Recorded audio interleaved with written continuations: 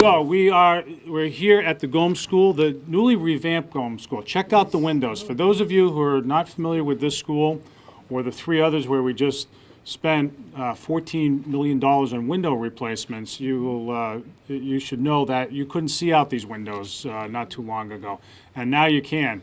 So daylight is good for kids, and we're very proud that we've opened up things, and so are books, and that's what we're here to talk about today. And it has been, there's been a national movement toward enhancing early childhood literacy for lots of good reasons. And the educators in the room, and there are many here, know why. And that is that the old saying goes that once you hit third grade or so, you go from learning to read to reading to learn.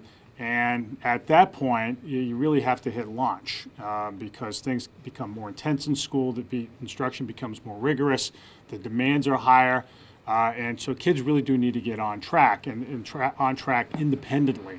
And so early literacy is really sort of a foundation for further learning. And we do have a lot of kids in the city, like so many other cities, who come into school a little bit behind, whether it's because of economic reasons or many others.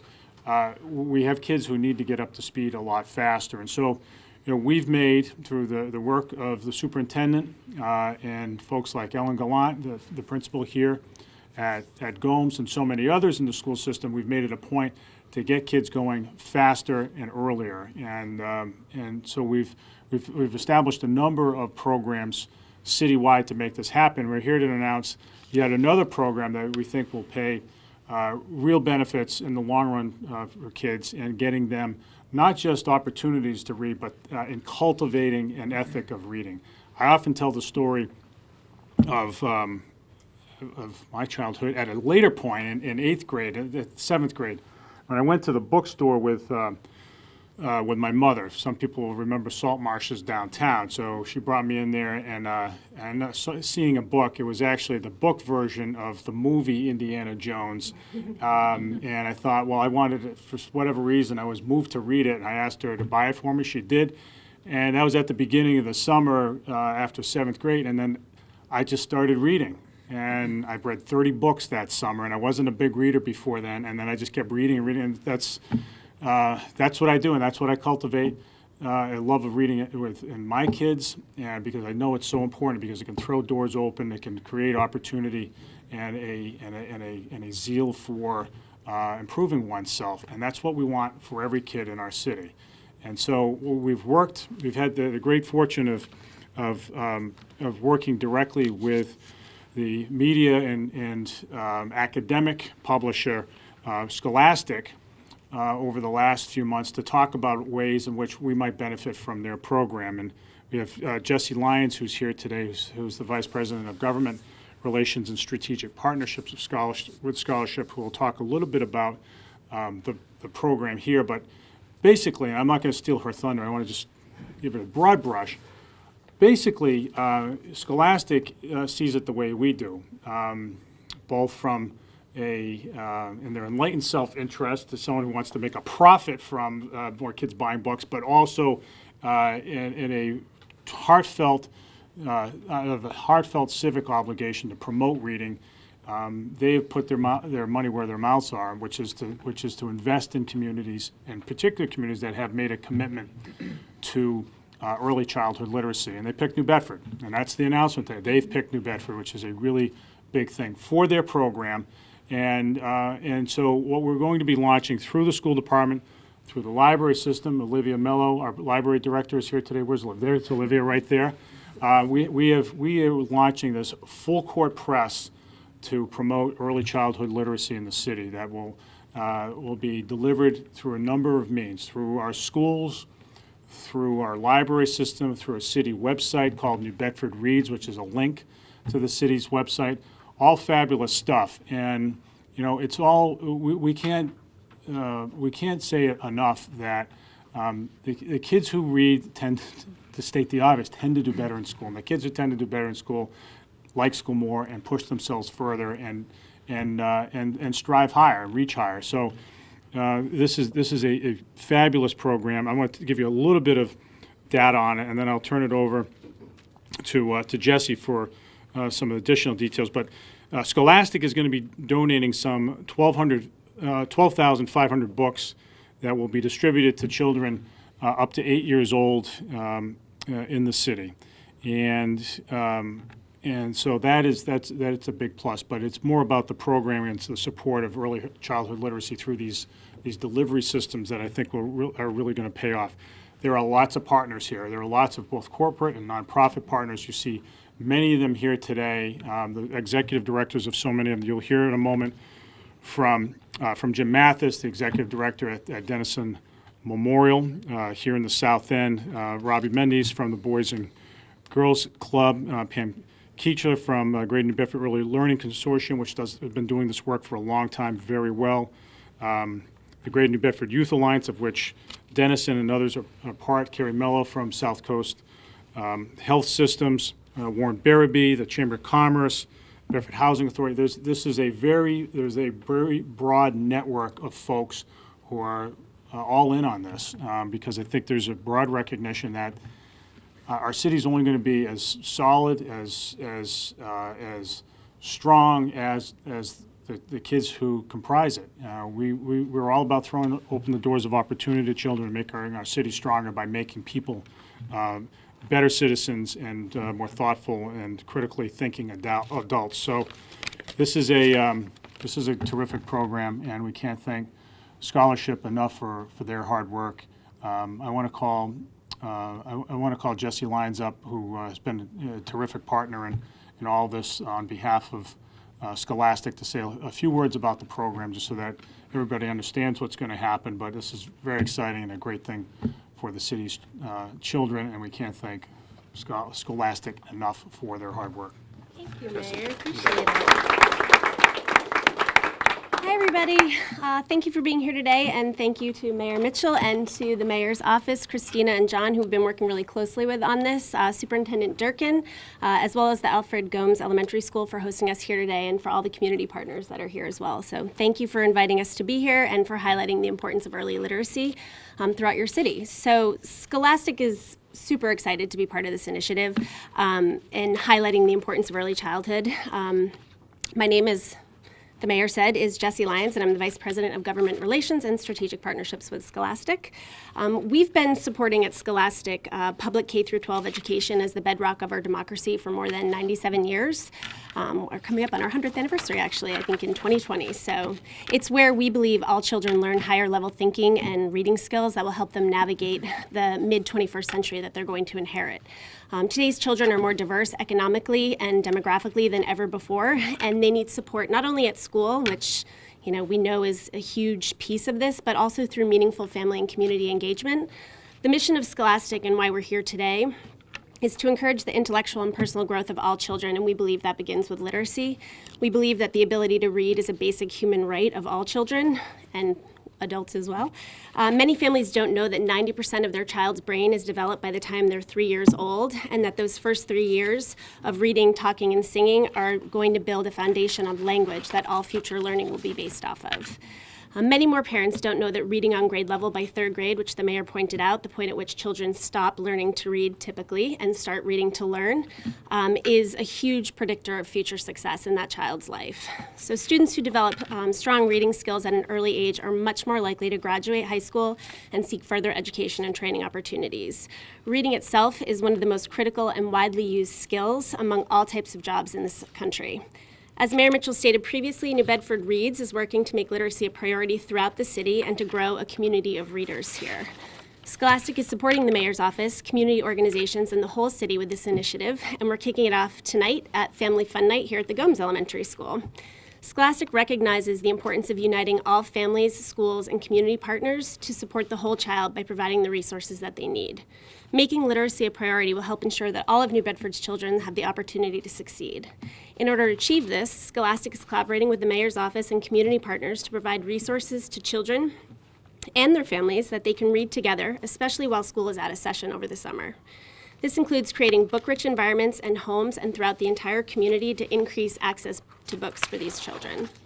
At tonight's event, kids and their families will be able to see the Scholastic Summer Reading Challenge RV, you might have seen it when you pulled up, and enjoy meeting well-known Scholastic authors while participating in fun reading activities. Throughout the summer, kids will be able to log their reading minutes while both with the New Bedford Public Library and also through Scholastic's online summer reading challenge, which is a great way to motivate kids to read throughout the summer to try and avoid the summer loss, which happens over the time that they're out of school.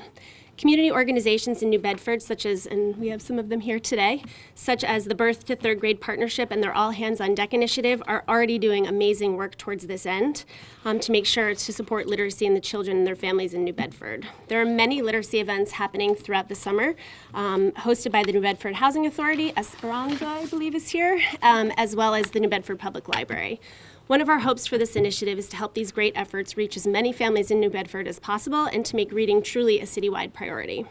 Scholastic is pleased to be donating, as the mayor also said, over 12,500 books throughout the coming months, which will be distributed to children from birth to 8 years old throughout the city.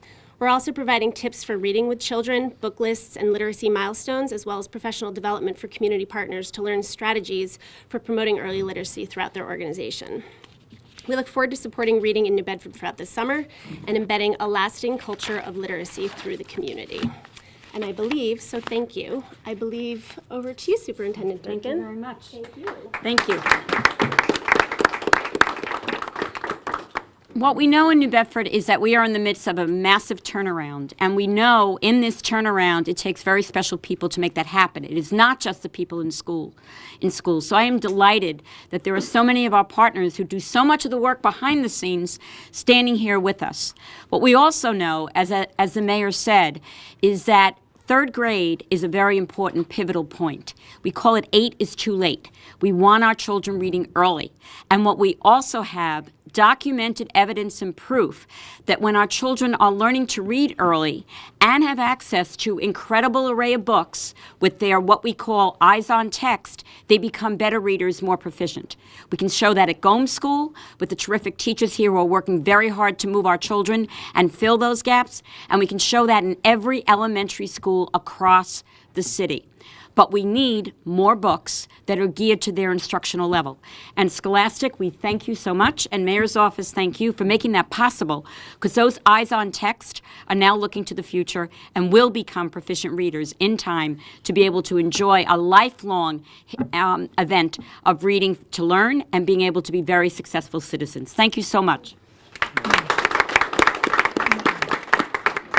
So I want to echo the thanks of Jesse to folks in my office, John Cavarlo and Christina Conley. I want to thank Linda Tossi, who worked on behalf of Scholastic to make a love match. This has been just facilitated things so well, and she's cringing at my characterization of her efforts, but they were significant efforts nevertheless.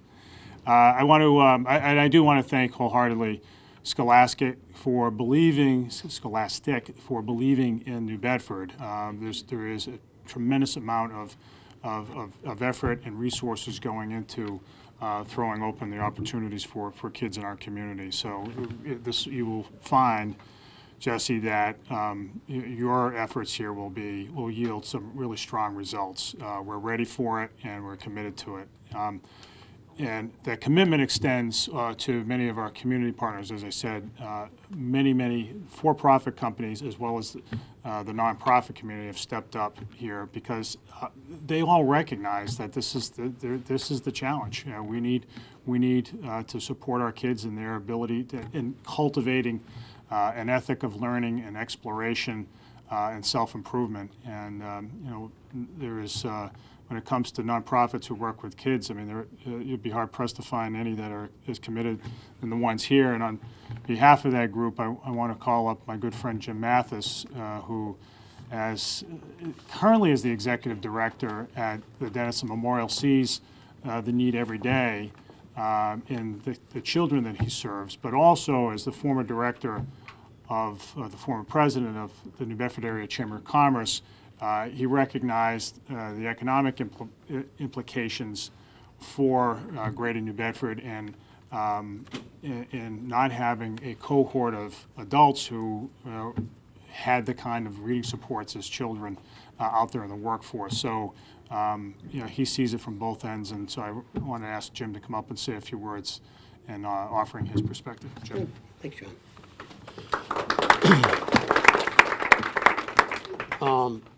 Well, I'm here representing the Greater New Bedford Youth Alliance, 28 youth-serving organizations that are scattered across the city who have come together. We started working together now for about 2.5, close to 3 years. We are led ably by Rob Mendes. He's our chairman. He's also the guy who leads the Boys and Girls Club in the Weston and New Bedford. And Warren Barabee, who has provided all of our staff services to get us to the point where we are now. And we just completed a retreat, and we're looking forward to going further. We're all community partners. We have discussed in our meetings how all of us want to be able to do more to help kids specifically with their literacy skills. And we say that because we know that for them to be better learners, they need to be better readers. The mayor really spoke to the real issue that brought me into it personally, and that continues to drive me in it, is knowing that I'm in a community where we have far too many in our adult population who even lack a high school education. More than 28% of the adult population of New Bedford doesn't have a high school education. That's roughly 3 times the state average. And the social and economic toll that has taken on us and continues to take on us is something that we need to do everything we can to help work on. Kids being able to read better, kids doing better in school, more kids graduating from high school and hopefully going beyond that, is not solely something that we should ever think is just the school department's job. It's our entire community's job. No one is going to come from Boston or Washington or anywhere else and solve this for us. We are going to pick ourselves up as a community by our bootstraps and do more to help these kids so that when they grow older, they will graduate. They will achieve academic success and personal success. And to be at this event today and talking about literacy and talking about early reading, but frame it in the adult population, I think is so appropriate, because that is exactly what we as youth-serving organizations are doing. We're working with kids for the explicit purpose of helping them grow so they will have successful lives for themselves. And the more of them who achieve success for themselves and who stay in our community and contribute to our community, the better off we're all going to be. I am struck by the terrific leadership that this initiative shows for the community that I care about. The mayor, the superintendent of schools, the entire school committee, the administration, the principal here at this school, which I've come to know this school well because most of the kids who go to Denison are students here at Gomes Elementary. The leadership that's been shown politically and publicly through all of our own education leaders and now in a broader sense community leaders means a great deal, I know to me personally, to Denison, in a broader sense to the Greater New Bedford Youth Alliance, and hopefully to each and every kid who we can work with.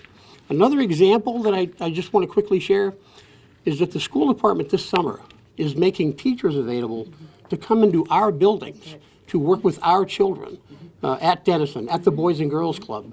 And it's not just that they've asked us if it's something we'd like to do. They've been aggressive in getting us committed to it, which is perfect. Because you've got the kids there, Jim. And we That's want to true, be, yeah. You've got the kids and we've got the sources that we can help with that. So. But that's leadership. And that's why when you have a superintendent who tells you that we're in the midst of turning things around, that's exactly what's happening in New Bedford. And it's really pleasant to be at an event like this and to be able to take stock in what's already going on, but also to know that there's more we can do. I also wanted to share some examples of ways that community partners can become involved. You can communicate to your employees, your membership, your congregation, etc., about the initiative and the message around the importance of reading, talking, and singing to your children, starting at birth, and to raise the awareness around the issue of access to books.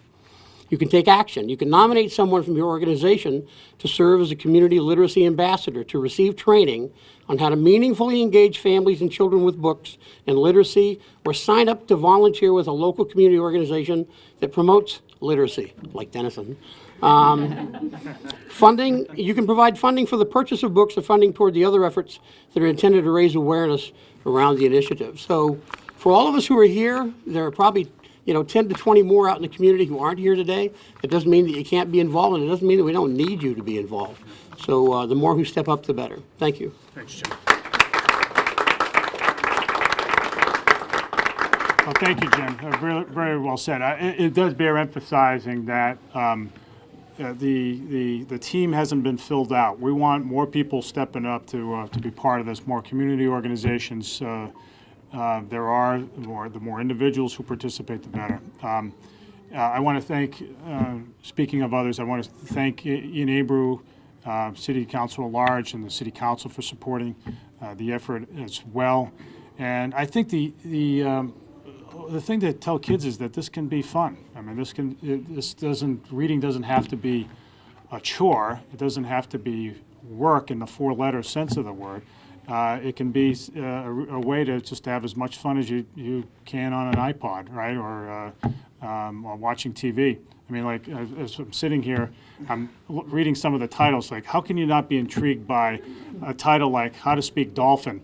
Or, better yet, my favorite among all these, Death by Toilet Paper, right? I want to pick that one up for sure. So that's that'll get people to put away the newspaper when they go into the bathroom. That's I'm here all week. Anyway, this can be fun stuff, and we need to be cultivating that fun in our kids. So anyway, I'm ready for questions if anybody has anything, and if not, happy reading, everybody. Thanks.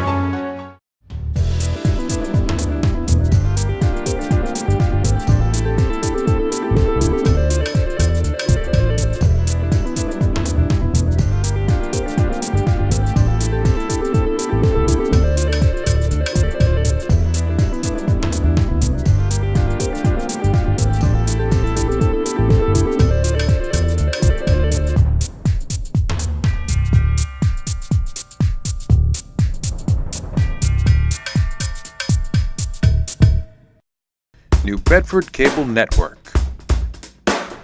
Public, educational, and government access. Channel 95 is public access.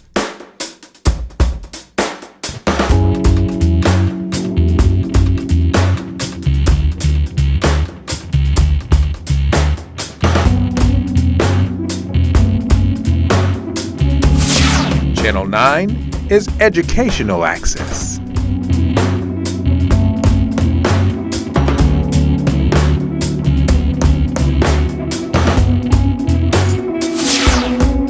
Channel 18 is government access.